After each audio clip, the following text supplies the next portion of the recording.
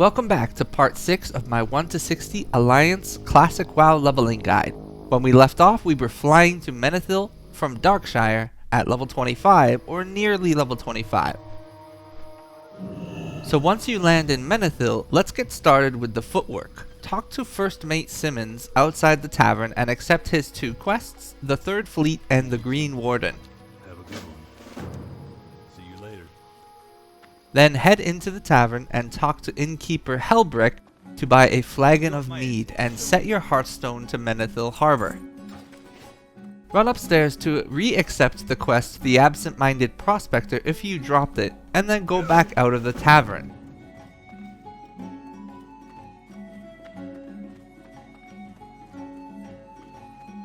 Turn in the flagon of mead you just bought with the Third Fleet and accept the follow-up quest, The Cursed Crew. Then run to the docks and grab the quest Claws from the Deep.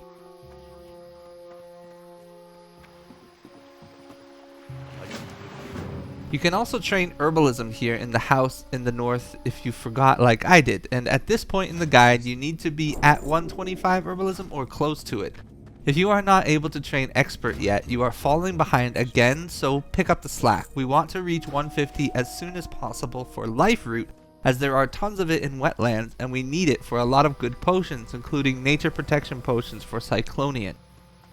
The next step is to head to the bridge at the entrance of Menethil and grab the quest In Search of the Excavation Team. Great to meet you. Then turn around and head into the keep. Take the quest at the door, report to Captain Stoutfist, then run up into the top floor of the keep and turn it in to accept the quest War Banners.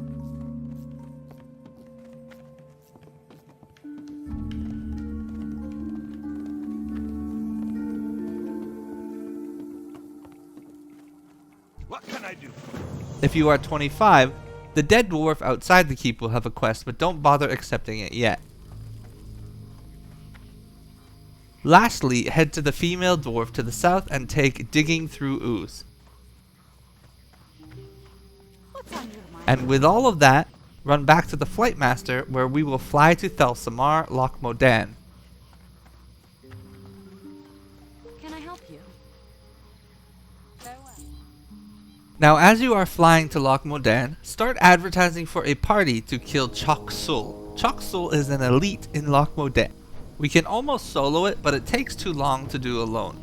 It's a pretty low priority for us to do this quest. The XP and rep are nice as we're coming up on a quest that requires Honored with Ironforge. It also rewards male shoulders and a ring. These are possibly 2 item slots you still have empty. Technically, this quest does slow your leveling speed a little bit, but I recommend doing it if you can find even a single other person to do the quest with. When you land, find the dwarf on the road in Thelsamar and take the quest Report to Mountaineer Rockgar. You can also take his quest Stone Gear Search as well if you are leveling mining as you go, as it sends you to a cave for ore, which is really great for leveling to 125 mining, but otherwise ignore it. Head east through Thelsamar and talk to the wanted poster on the east side for the quest Wanted Chok Sul.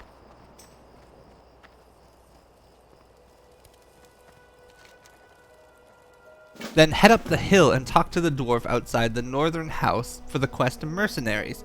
It'll be grey if you're level 25, so it won't show up, but it's there. How are ya? Safe. Now start heading north towards Menethil Harbor and Dun Algaz, and keep advertising for a group for Chok Sul. If you cannot get anyone to join your party by the time you get to the exit tunnel into Wetlands, just abandon Mercenaries and Wanted Chok Sul. We don't need it that badly. If you do get a group, run instead of Dun Algaz to the Loch Modan Dam and use it to cross into the eastern Loch Modan.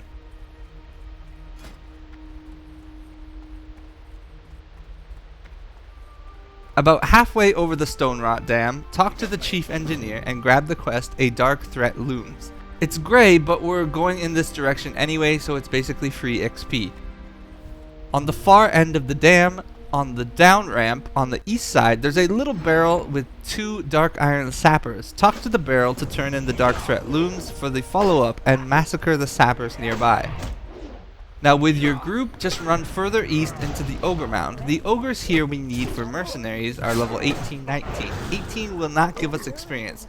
You can solo them, but it takes a while, so it's better to just clear through the quest with friends as soon as possible and make your way into the mound. Your goal here is to enter the middle cave of the 3 caves in the mounds, the one furthest northeast.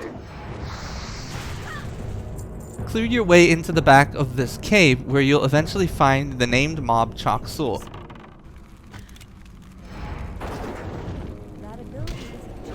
As a group, this should be easy. Utilize hamstring kiting with whatever party member you can group with. Don't bother trying to solo, huge waste of time. Use Intimidating Shout as a reset to bandage yourself if needed.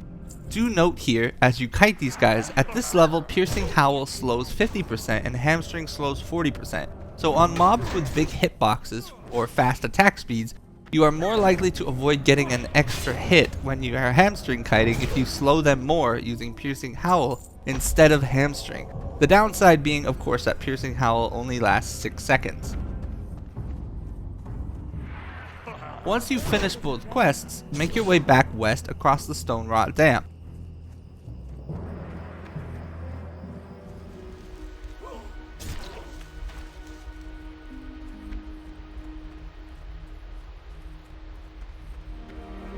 On your way back across the dam, talk to the chief engineer again to turn in a dark threat looms, and you can grab the next follow-up. By the time you turn this in, it's going to be super gray, but we're not really hurting for quest log space at the moment, so it doesn't hurt to hold on to it if you don't mind.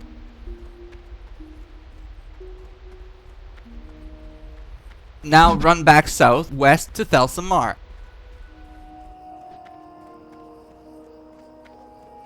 And turn in mercenaries and Chok Sul for some nice gear upgrades and decent chunks of experience and rep.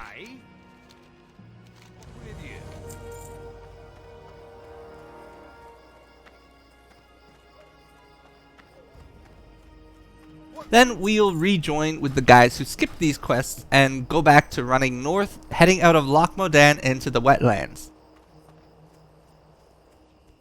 This time around, when we get to Dun Algaz Station, just outside of the tunnel, turn in Report to Mountaineer Rockgar and accept the Dun Algaz Gauntlet, then continue through the tunnels. As we go to Wetlands through these tunnels the second time around, we want to not jump down into Wetlands, instead follow the tunnels until you start seeing Dragon Maw Orcs. Follow the trail west into the Dragon Maw Orc camp and start killing them until you complete the 8 scout and 6 grunt kills you need. These orcs have very limited spawns, barely enough to complete the quest without waiting for respawns. This means that if you find other players here, you are better off joining a party to complete the quest instead of trying to kill them on your own, or you'll likely run out of mobs to kill and have to tag battle the other players to get it done.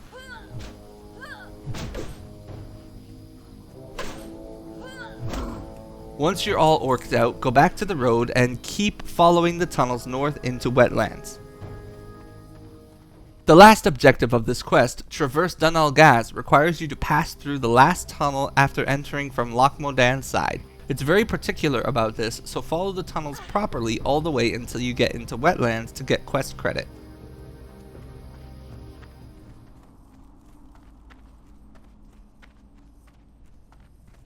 Now Wetlands should be juicy, full of herbs. If you are a miner and took Stone Gear Search, hug the mountains north until you find Thelgen Rock.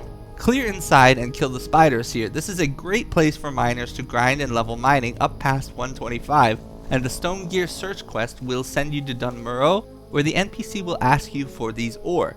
If you have the ore on hand when you go to Dun Murrow, it's basically 2 quick quest turn-ins in Dun Murrow without much effort. We don't do it in this guide because we're not miners, but definitely do it if you are leveling mining instead of herbalism. I can't do that yet. Otherwise, get on the road and follow it north. Just as the road begins to curve west, hop off the road around the big rock to the east and look for the Green Warden. Turn in the quest and accept the follow-up Tramping Paws. Then start heading back south, not following the road this time. If you go a bit southeast here, there are red whelps. These guys are great to grind on a bit as we trek south and keep an eye out for herbs. We've also got a quest that's going to try and bait us into killing random oozes throughout Wetlands, digging through ooze. As a warrior, do not do this. The reason being is the oozes around Wetlands put a disgusting debuff on us that will destroy our kill speed massively for 10 minutes at a time. Whereas if we wait to do this quest in a specific location, the oozes in that location do not put the debuff on us, so we won't do it on the random oozes around the zone.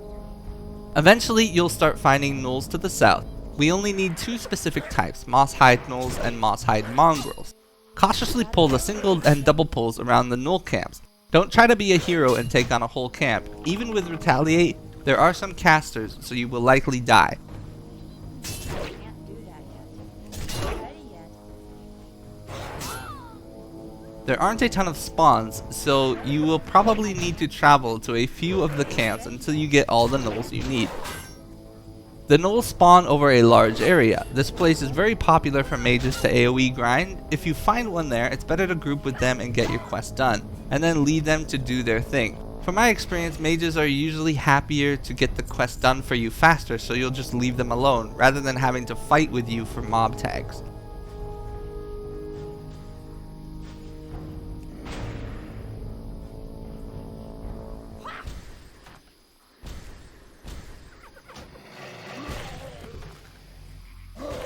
Once Tramping Paws is complete, grind and run and herb your way back north to the Green Warden off the road again.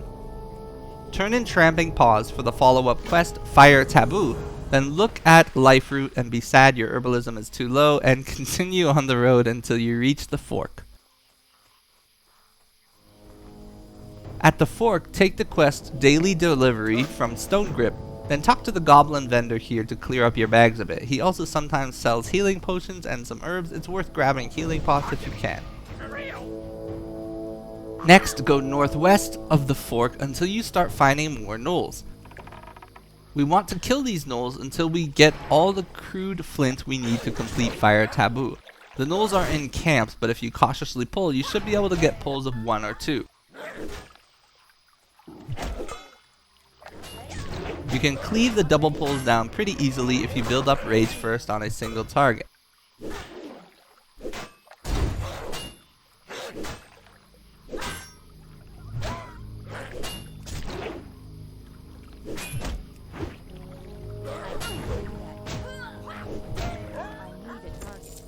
And once you've got all you need, run back to the Green Warden again and turn this in for the last follow-up, Blisters on the Land.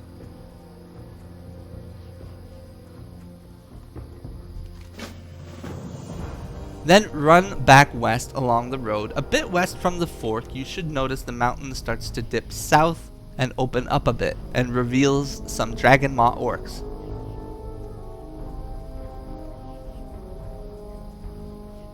Too far away. These orcs will be higher level than us, but still easy to deal with. The raiders like to net and flee, so utilizing hamstring kiting is tricky, but make sure you use what you know about fleeing mobs and avoid getting swarmed. These guys can hurt, and they attack fast with dual wielding, so make sure to keep up Demo Shout. We can't really handle more than 2, and it's hard to move once you get 2 on you because of the nets. Try not to go too far into the Dragon Maw camps to get the war banners we need for the quest, because fighting the caster orcs that are further in are extremely annoying, and they come with pets, and we really just don't want anything to do with them. You should be level 25 now, almost 26, so you should be able to manage either way. Out of range. That ability isn't ready. I need a target. Once you've got all the banners, just head out of the Dragon Maw area and go back to the road and continue following it west.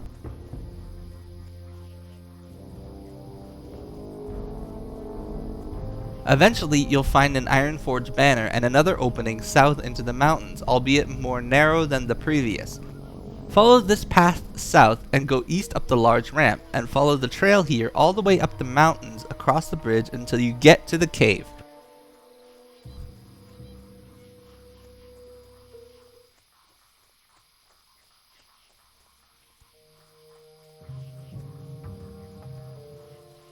take the quest Ormer's Revenge and Uncovering the Past. Turn in search of the excavation team for the follow-up, and don't forget to loot Flagon Guts fossil at the bottom of the cave floor while you're here. Once that's all done, run back to the main road out of the excavation site. Without following the road, hug the south mountain and go west and start killing mottled raptors and mottled screechers. They spawn over this huge area, but we need a lot. The screechers should be your focus as they only spawn near the raptor nests, whereas the raptors themselves spawn all over the place. We don't want to just complete Ormer's Revenge here though. The raptors also dropped a second item we need, Stone of Relu, for the absent-minded prospector. So keep killing these raptors until both of the quests are complete and get all the tasty herbs you can find in this area. Also take note of the raptor eggs that these guys are dropping. The eggs have a pretty high drop rate and are hugely important for leveling cooking, so don't be shy about grinding a bit here. We also want to be level 26 by the end of this cycle.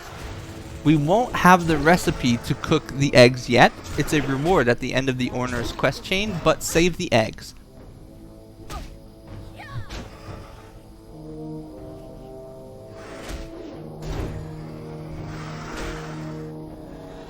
Once you finish both quests, go back to the road, and this time we want to go north of the road to start killing bluegill murlocs for Claws of the Deep. When this quest says kill 12 bluegill murlocs, it means specifically the murlocs called bluegill murlocs, where there are other bluegills with other names. We don't need those for this quest.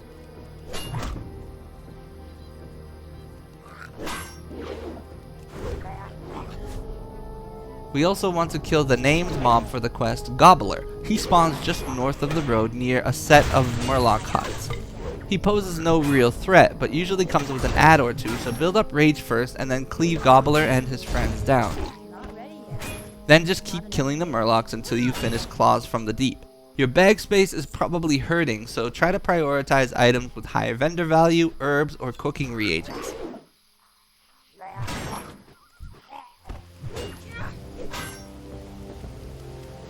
Once you're done, we are going to head back to Menethil Harbor to clear out our bags and thank the gods. You can hearth here if you're lazy, but the run shouldn't be that far. On the bridge into Menethil, turn in search of the excavation team. What can I do for Then continue to the keep and turn in the Algaz Gauntlet.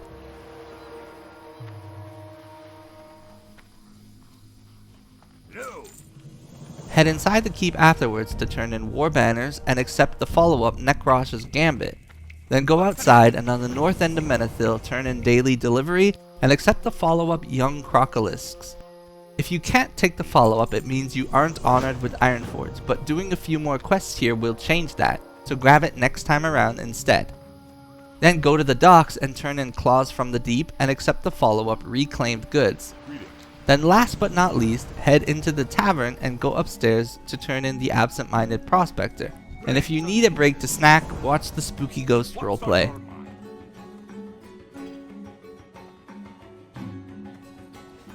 Now all that's left is to mail your herbs, vendor, repair, and then we should be heading back out into Wetlands for the next cycle. We've got a quest coming up soon that needs Retaliate, so avoid using it until it's go time. Once you're across the bridge into Wetlands, this time head south of the road and around the water you'll start finding Young Crocolisks. Kill them for their skin to complete Young Crocolisk skins if you've got that quest, otherwise skip this for now. The drop rate is pretty high, but there's not a lot of spawns in a small area. They're spread over all of Wetlands, so if you can't get it done here, just keep an eye out for them as we do the rest of this cycle.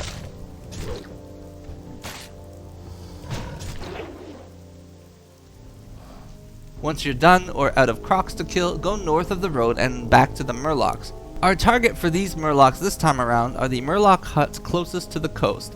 Each set of huts, starting from south to north, has an object in it we need to interact with to turn in reclaimed goods and take its follow-up. So clear around these huts one by one cautiously and slowly go up the coast. At the first huts, we want to talk to the damaged crate for the search continues. At the next set of huts, we'll turn it in at this barrel half in the ground to accept search more hovels.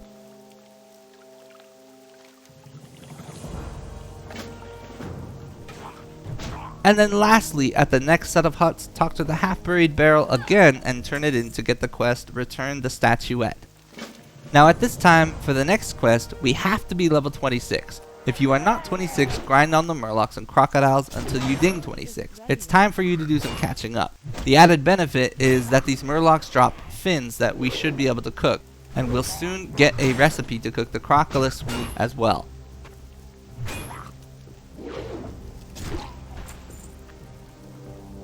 Once you're 26, still in this area, just north of the Murloc huts, there's a big ol' ship sticking out of the water. Start killing the cursed crew members for the quest, The Cursed Crew. We need quite a lot, and they are higher level, and our Deadmines weapon kinda falls off around now, so pull very carefully. There is a named crew member, Snellig, that we want to kill at the bottom of this ship. That ability isn't ready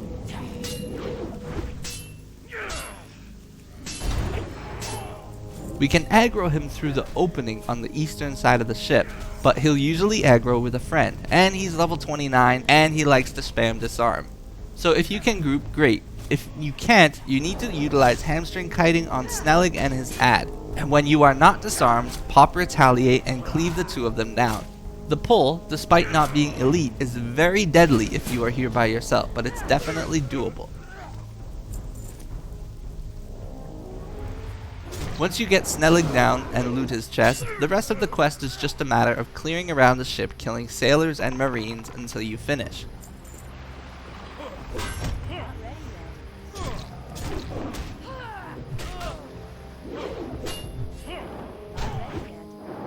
When it's completed, head back onto the land, and we're going to follow a very specific path through wetlands back to the road. We are looking for fen creepers to complete the quest, Blisters on the Land. These fen creepers are a pain. They are stealth, there are very few spawns, and we need 8 of them.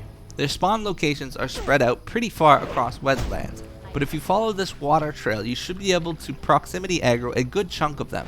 Definitely group for this quest if someone else is doing it, given the limited nature of their spawns. Utilize the map I'm showing you here to take note of their spawn locations and seek them out one at a time and kill them until you can complete the quest.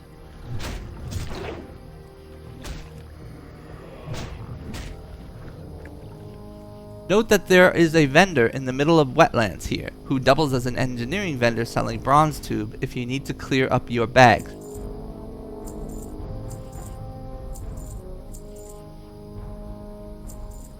If you can't get Blisters on the Land complete yet, don't worry, as we'll pass through more spawns soon. Just follow this path until you arrive at Ironbeard's tomb, checking as many fen creeper spawns as possible along the way.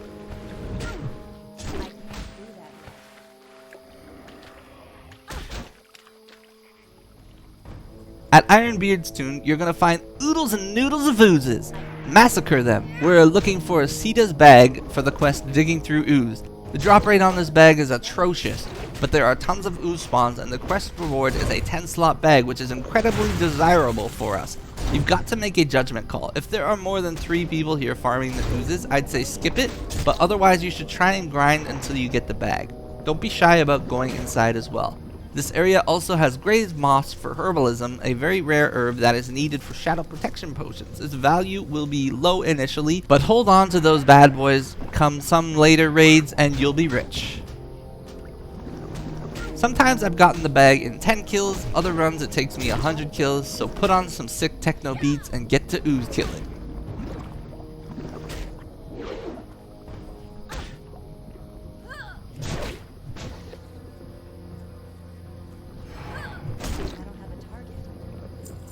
Once you get the bag or decide to skip the quest, head back on south. This time around, let's look again for the fen creeper spawns and hunt them down with ferocity until you complete Blisters on the Land. Then go back to the road and east until you find the Green Warden. Turn in Blisters on the Land and look, it's a one-hand sword for herbalists. Oh my god, it was made just for us! It's not bad for tanking stockades, which we'll be doing soon, so I'd vote to take it instead of the mail. Head southwest of the Green Warden until you get to the entrance of the Dragonmaw camp, a different entrance than we used last time, more narrow. We're going to do Nekrosh's Gambit. There are two ways to approach this quest, the suicide method or the clear method. I actually do half of both. I clear a bit and then end up suiciding. I recommend doing the suicide method. Just north of this camp entrance is a Wetlands graveyard. It's possible to climb up the back of the graveyard into the Nekrosh camp, where you'll be near the quest objective, a catapult. To complete the quest, we only need to click on the catapult. So you can run in, click on it, turn in the quest, die, and then just res because the graveyard is right there. You can also clear up to the catapult like I do. It takes longer, but you get mob experience along the way. A good idea if you're feeling a bit behind this guide on XP. You'll eventually get to the catapults though and realize that they're surrounded by annoying Dragon Maw casters. So I get annoyed and I end up running and suiciding in anyway. Use Intimidating Shout to fear the orcs, click on the catapult to turn in the quest, then run as far as you can before getting netted and dying towards the graveyard.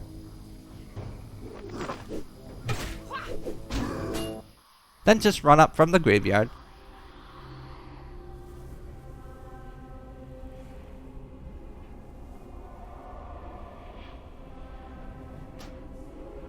res, and let's be on our way. The follow-up is an elite quest we won't bother with, so dump it and start following the road west again, taking a pit stop at the Goblin Vendor if you need bag space. Oh, do I have a deal for you? If you haven't finished the young Crocolisk skins yet, now is a good time to pick off those crocs around the road until you reach the entrance of the excavation site.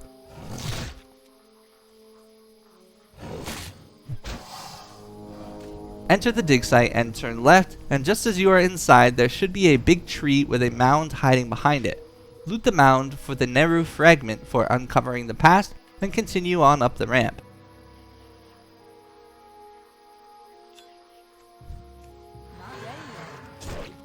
At the top of the ramp, turn in Ornor's Revenge for the follow-up, and head back down. Here we have two quests and the secondary goal of hoarding raptor eggs. The raptors are abundant, but not so abundant that you should do this solo if other people are questing here. I definitely recommend grouping up if possible, as you'll also be feeling the effects of warrior gear dependence on these guys, and the Deadmines weapons just aren't being so effective anymore. Our kill speed can take a really big dip here. While you're killing the raptors, make sure you loot the fragments in the jars around the dig site. The fragments have a short respawn timer, but nothing that hinders group play.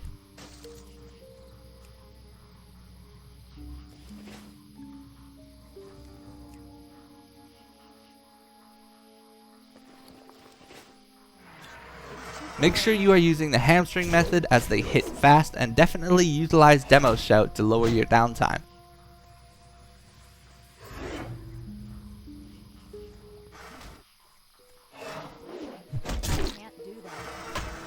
Once you finish both of the quests, turn them up at the top of the ramp and take the last follow-up to Ornor's Revenge, which will ask us to kill a named raptor.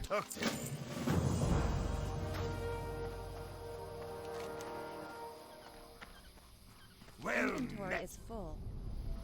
Clear across the western dig site until you find an obscure path up the mountains and follow it south, where you'll find Sarltooth.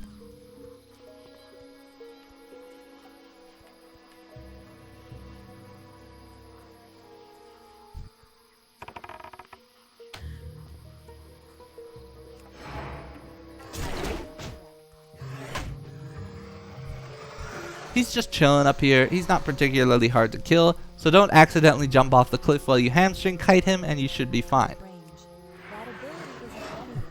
That ability isn't ready. That ability isn't ready.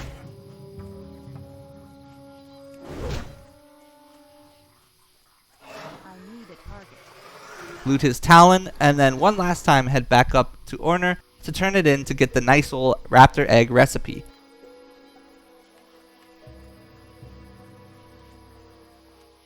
Chances are you cannot learn this recipe yet, but don't worry, we'll fix that in a little bit. Now we'll go back out of the dig site and onto the road and start running back west towards Menethil Harbor. You can also hearth here, which is not a bad idea, but we want to save our hearth for the next cycle instead, and it won't be that long. In Menethil Harbor, go south and turn in digging through ooze for a nice new bag. What's on your mind?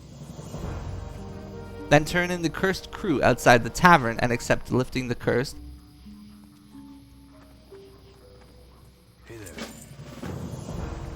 Mail your herbs, as you should have a ton of eggs in your bags. Your bag space will be struggling, so vendor leather and trash that you can, but not the silk or cooking reagents. Bag life is hard life.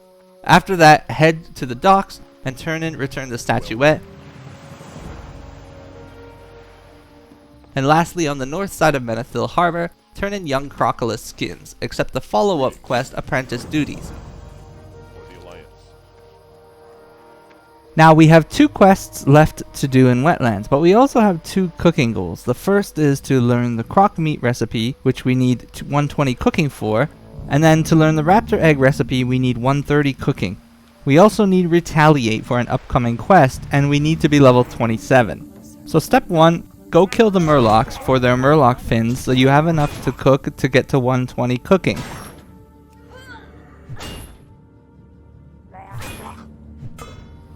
Then after that, go up the coast until you start seeing the giant wetlands crocolisks around the northern coast and start killing the giant crocs to complete apprentice duties, and also get enough of the tender crocolisk meat to go from 120 to 130 cooking. Not ready yet.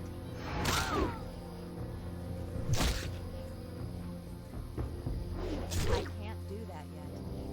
Once you've got 130 cooking, you can learn the egg recipe, use the expert cookbook, and just go ham on cooking those raptor eggs. And congratulations, that means you've gotten past the only hard cooking section of this guide. If you didn't get enough cooking to even learn murloc fins, which we got from one of the Red Ridge quests, there is still hope. We'll be back in Red Ridge in a bit, where you can farm the murloc clam meat again, but it's basically your last chance to stay caught up to 150 cooking. Otherwise, abandon your hopes of having a career as a chef. I can't do that.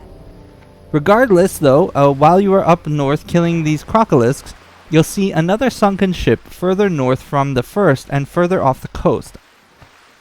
On it is a level 30 mob we want to kill, so once you're level 27 and nearby, swim out to the front of the ship. At the front of the ship you'll find a large wooden plank that you can use to climb aboard, and at the very top you'll find Captain Hallandor. He'll pull with 1 or 2 adds, but without the disarm around, it's not as tough. As long as you have retaliate, this should be easy going. Without retaliate, you'll need a group, probably, or kill one and then run away. And be prepared to possibly use a potion, but don't kite around onto the ship or you'll just get more aggro. At this level, most classes should have access to some big cooldowns and be able to at least kill the captain and then reset the adds. Loot Captain Hallandor once he's dead for the intrepid strongbox key, then jump into the water on the north side of the ship, and to avoid aggroing the mobs inside the ship, swim to the bottom of the ocean a good distance away from the boat before you approach it.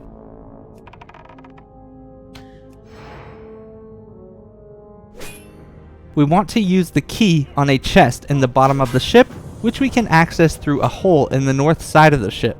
You'll need to kill a few cursed marines, then you can swim in, talk to the chest to turn in the quest and accept the follow-up, the Eye of Paleth. And that's it! All that's left in Wetlands now is to finish off apprentice duties and make sure you farm up the cooking materials to get your cooking to above 130. Don't be shy about clearing too far into the wilderness for the crocs, as we'll be hearthing back when you are done.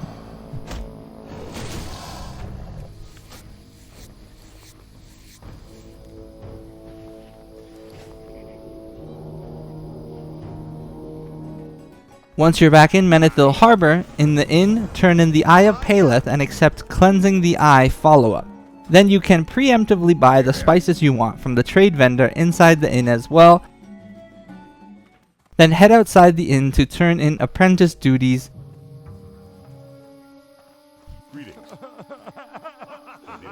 Then learn the croc recipe if you can, otherwise get to cooking those fins until you can.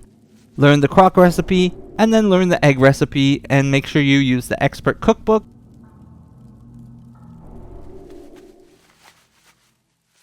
And with this you should be well over 150 cooking.